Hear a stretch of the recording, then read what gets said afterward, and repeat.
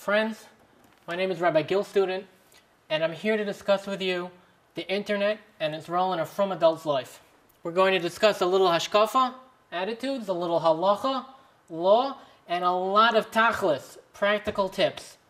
I've been writing about these topics for a number of years, and my friends have finally prevailed on me to give a big speech about it. But these aren't my views.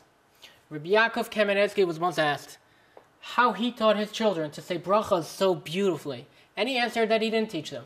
He and his Rebbetzin would say the brachas loudly and properly, and the kids learned from observing the proper behavior. But what do you do when something totally new arrives? When you can't learn from your parents or your teachers because they never face these issues? You learn from the attitudes and the worldviews that they taught you.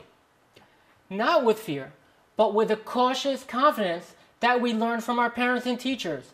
Cautious about pitfalls, but confident in the power and the strength of Yiddishkeit. We can't possibly cover everything in one address, but we will cover some tough topics. Is the internet permissible or is it forbidden? Is it lechatchila or is it b'diavad? Meaning, is it a positive opportunity or is it a necessary evil? Can a man and a woman who are not married communicate online? Should you give your kids access to the internet? And much more. This is a daunting task for many reasons, not least of which is that I'm a writer and not a polished speaker, and I can't claim expertise in the halacha or the technology. I think all the many people who helped me put this together, I think the rabbanim, I think the therapists, the techies, the laymen, everybody who reviewed it and encouraged me, and in particular, I think my Rebbe, Rabbi Menachem Genak, for his support and for reviewing an early draft of this text. However, despite the halachic complexities of which I cannot claim expertise, and the reality that there are many different sub-communities within the Orthodox community, I will put my ideas out there and let you decide whether they're worthy. I am sure that some listeners will have different views than I do. What a wonderful community we have that we can tolerate multiple perspectives. However, while many of you have heard most of what I'm going to say from others who are more eloquent and more knowledgeable, I apologize for wasting your time. Other people will consider what I say radical. I take full responsibility for my words. I just ask that you defer to the written text that we'll be posting to the internetshiur.com, along with updates and links and the ability to interact question and answer format with techies and with rabbanim. The internetshiur.com. The good news is that the internet is safer today than ever before. Family advocates have made great strides in creating safe online environments for kids and adults, and have created tools that allow for safe usage of the internet. Many schools, including some yeshivas, use the web for educational purposes, allowing kids to broaden their horizons and harness the resources of the world in controlled environments. A few years ago, we could easily avoid the internet without problem. Today, you can do it with some inconvenience, but that is about to change. Phone books are being phased out because of the unnecessary cost. Pretty soon, you will not be able to get monthly statements in the mail for your bank accounts, credit cards, and investment accounts. A few years ago, paperless delivery of statements was a benefit. Now, banks are offering incentives. Soon, they will charge you for the luxury of receiving written statements in the mail, and eventually they'll discontinue it entirely. We might be grandfathered in, but our children and our grandchildren will never know what it is like to receive monthly statements in the mail. In just a few years, you will be unable to open a bank account or a credit card or an investment account unless you have regular internet access. The internet is now a part of daily life, and they are becoming more and more intertwined as the years pass. This is not a bad thing. Not only does it save trees and millions of dollars of expense, it contributes greatly to the economies of Israel and the U.S. But we have to deal with the fact that the internet is here to stay. I am very skeptical of claims of paradigm shifts. It sounds like PR hype. But what sounded like PR hype 10 years ago is now reality. Right now, you can barely function in modern society without internet access, and pretty soon you will be entirely unable to function. The solution is not public access in libraries or in internet cafes. Your financial information is too sensitive to display there. Pirza Kara Laganov. That's an invitation to identity theft. I submit that the internet is not something we should try to avoid. We should embrace it. Many of us were raised in a world where hobbies and outside interests were encouraged.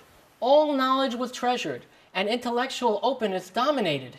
I once asked a prominent posek, a halachic authority in whose shul I davened, the following question. I'm not mentioning him by name because he certainly wouldn't agree with everything I'm saying, but those who know my personal history and where I daven know who I'm talking about. A big posek. The halacha is that we are not allowed to make or own a three-dimensional image of a person. However, the Taz follows the Ramban, who doesn't allow two-dimensional images either. I asked his halachic authority whether I should be strict for the Taz, and he responded in horror. He did not say that if so, we'd have problems with family pictures. He didn't say that. He asked me, how could we own encyclopedias if we're strict like the Taz?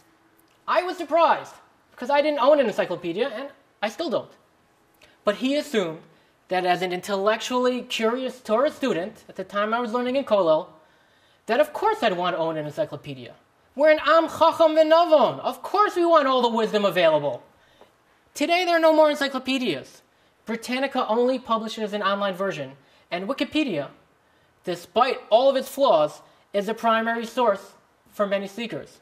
We certainly need to be educated consumers of knowledge, recognizing the limitations of online information, and that even experts can be wrong. But with all those caveats, we have to recognize that the internet is the greatest repository of knowledge in human history. How can we stay away? Not just abstract subjects like philosophy and science, but chess strategies and gardening practices and practical information on how to fix homes and cars, everything imaginable. How can we deny access to someone intellectually curious? Imagine living in ancient Alexandria and being taken to its great library. Your teacher sits you down on the bench and tells you, don't read anything. Would you listen? Should you listen? How can we stay away from the internet, which is the greatest library in all of history? Additionally, thousands of people learn Torah daily thanks to the internet, whether by reading original content, downloading Shiurim, or interacting with other online Torah students. There are even 2 web-based yeshivas that I know of, probably more. Thanks to the internet, I can listen to audios of my Rosh Yeshiva and feel like I'm sitting back in yeshiva. I can even listen to speakers from other communities, Ashkenazic, Sephardic, Litvish, Hasidish, and more, across the spectrum. I can read original Torah insights emanating from all over the world and interact with serious Torah learners who add immensely to my study. I used to hear stories about Rav Aaron Soloveitchik in his youth, carrying around a suitcase full of Sfarim for reference. Thanks to my iPad, I literally carry around with me over 100 downloaded Sfarim without the physical strain. I cannot think of a greater vehicle for Habasas Torah than the internet. But the internet comes with danger, and we need to discuss it openly. Looking at shmutz, pornography, is asur midaraisa. We say twice in Shema, Velo sasur acharei levavchem acharei einechem, that you may not stray after your hearts and after your eyes. It is biblically forbidden. Looking at shmutz is an avera, and a dangerous one, because it can easily become addictive. You must, absolutely must avoid shmutz. Friends, people sin. We're human. But religious people stop the sin. That is tshuva. If you've looked at shmutz, you must do tshuva and stop before it takes over your life. Install a filter. Commit to not bypassing it and move on with your life. If you cannot stop, then you have a problem. Addiction, obsession, destroys lives. If you obsess over shmutz and cannot stop, then you have a problem, and you must immediately contact a therapist. They get these calls all the time and know what to do. Just call one and say you need help. They will help you. If you do not, you will lose everything you value in your life. Obsession with shmutz will destroy your marriage, your career, your relationship with your kids, your self-respect, your relationship with Hashem. If you can stop looking at schmutz, you must. If you cannot, call a therapist immediately and save what you can in your life. Dangerous obsession is not limited to schmutz. We spend way too much time in front of screens. You may not realize how this affects your real life, but it does. You need to keep track of how much time outside of work you spend in front of a screen, any kind of screen during the day. A computer, a mobile, a tablet, a TV, any screen except reading books offline. Every night, approximate how many hours you spend that day in front of a screen. After a few days, you will be horrified and you will try to cut back. If you cannot cut back, you may have a problem. A real problem like that can also destroy lives. If you are obsessive about your screen time, you will be neglecting the real people in your life, your husband or wife, your children, your friends, your boss, your colleagues. You might lose your family and your job. Internet addiction, even without the schmutz, is a real problem.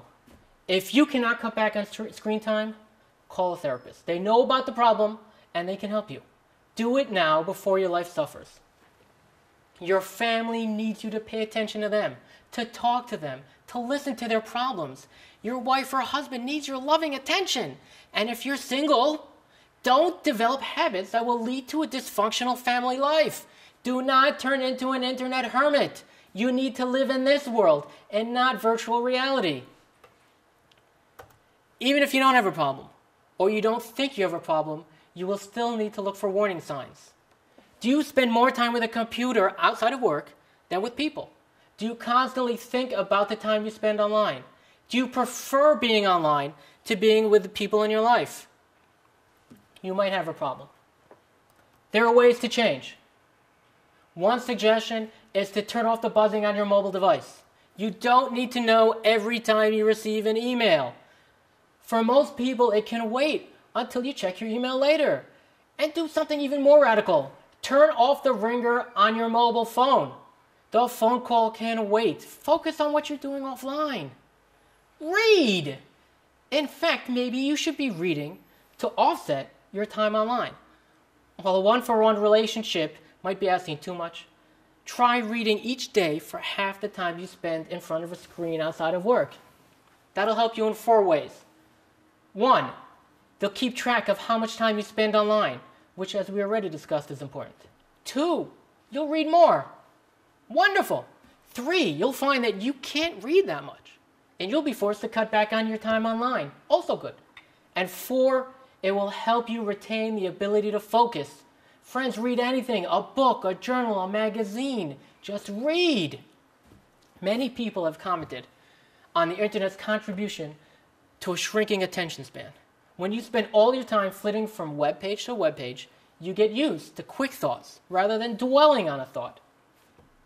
It isn't necessarily wrong, but it's a different way of thinking. We all knew kids in school who couldn't sit still or focus on any task for more than a few minutes. Maybe you were that kid. We're all becoming that kid.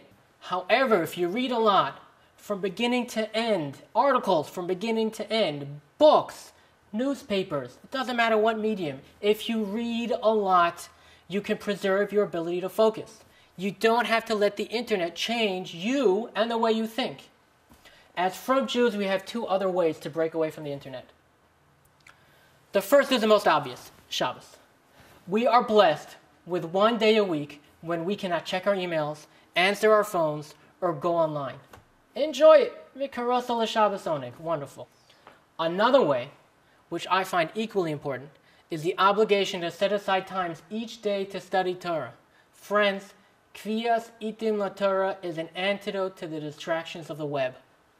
For 1 or 2 hours a day, or more, you must put away your gadgets, open up a sefer, and learn Torah. Please, for your own sake, don't check your email during the time. Focus on the Torah. Not only will your learning improve, but your independence from the distraction of the internet will grow. We've already discussed it, but we should mention it again. Your family needs you. Your wife or husband wants your attention. Turn off the computer, put away your mobile, and go read your child a book. Despite these very real dangers, and there are others, we cannot and should not avoid the internet, which Hashem has blessed us with. Let's move forward, accepting the good aspects and rejecting the bad. Confident. Cautious, but confident.